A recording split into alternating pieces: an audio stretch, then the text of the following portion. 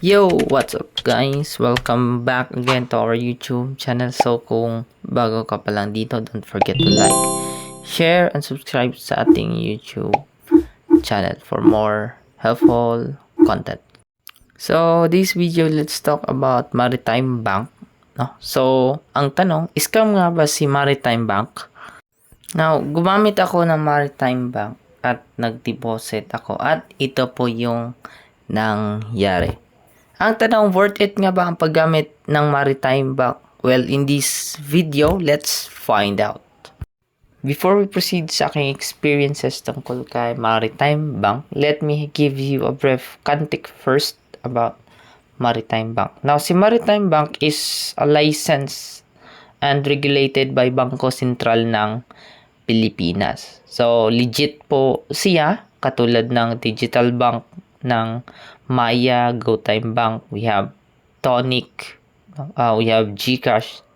So, ito si Maritime Bank, may deposit insurance siya sa PDAC hanggang 500,000 pesos.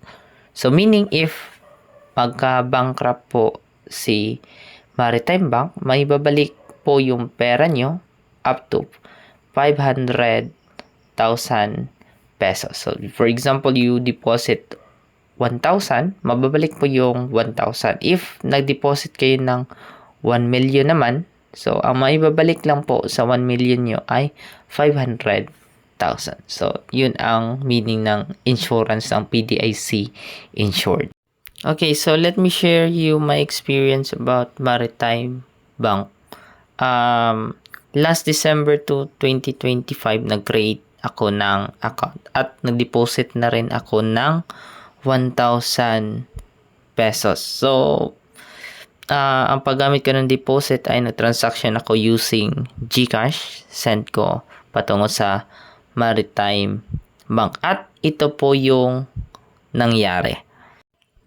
Now, let me show you the result po ng aking pag-deposit. So, in 3 days, in day 1, meron po tayong 0.08 interest.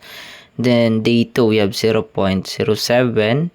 After day 3, nakuha na natin yung 0.08 na interest. Plus yung first deposit reward. Kada deposit natin, we have minimum of 100 pesos. Makakuha tayo ng 15 pesos. Then, we have also referral, no?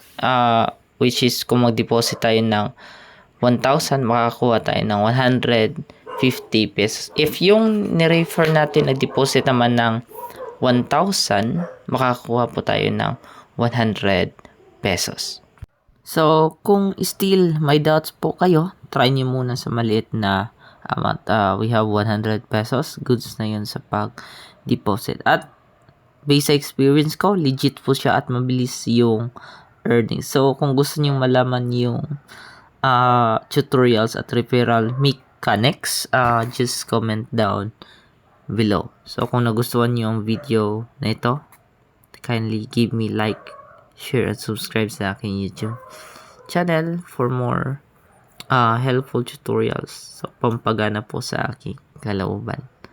Mamotivate pa ko sa paggawa ng content. At maraming pong salamat. God bless at mag-ingat po kayo palagi.